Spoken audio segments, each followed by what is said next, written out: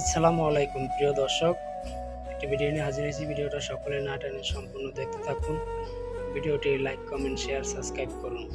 বাংলাদেশে যদি ওনার মতন কোনো ডাক্তার থাকে তাহলে আমার মনে হয় যে বাংলাদেশে মানুষ চিকিৎসা ছাড়া মারা যাইত না। আমি তোমার ভিজিটটা নিব না, আমার টাকা দরকার আছে। তুমি যেহেতু টাকার জন্য ডাক্তার দেখাইতে পারো না এবং আমার না এক কান্না করলে মেটে ভালো, আমি তোমার ভিজিট দিব না বুঝি। তুমি কি কাজ করো?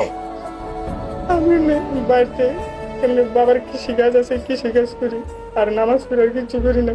যাক, আমি তোমার যা ওষুধ লাগবে তোমার ওষুধ আমি সব দিয়ে দেবো, ঠিক আছে? তুমি কান্না করলে তো সবার মন খারাপ হয়ে যাবে। আমি কি তোমার সাথে খারাপ ব্যবহার করছি বলো তো? আমি তোমাকে ভালোবাসি না? আমি তোমাকে ভালোবাসি না? জি। আসে না কেন? তুমি কান্না করবো না, আল্লাহর কাছে চাবা। আল্লাহ শোনো, মানুষের খারাপ সময় যায়, ভালো সময় যায়। এখন হয়তো তোমার কাছে টাকা নাই, একসময় অনেক টাকা থাকতে পারে না?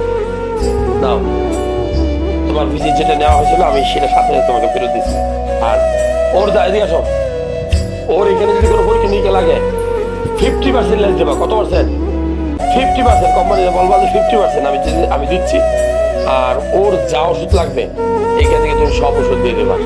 তুমি যদি কান্না করো তাহলে আমি তোমার সাথে কথা বলবো না। এটা তোমার টাকা, এটা ঠিক আছে?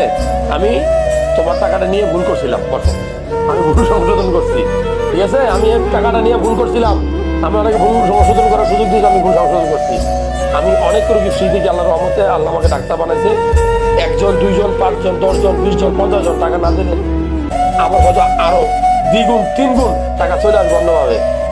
আসবে না? তুমি দোয়া করলেই হবে। মন খুশি করো মিয়া। এখন তুমি সিলেট থেকে আসতো, জাফলং থেকে, আমার প্রাণটা জুড়াই গেছে। আমি জাফলং এখনো যাইতে পারি নাই। যদি কখনো জাফলং যাই আমি তোমার খুঁজে বের করবো।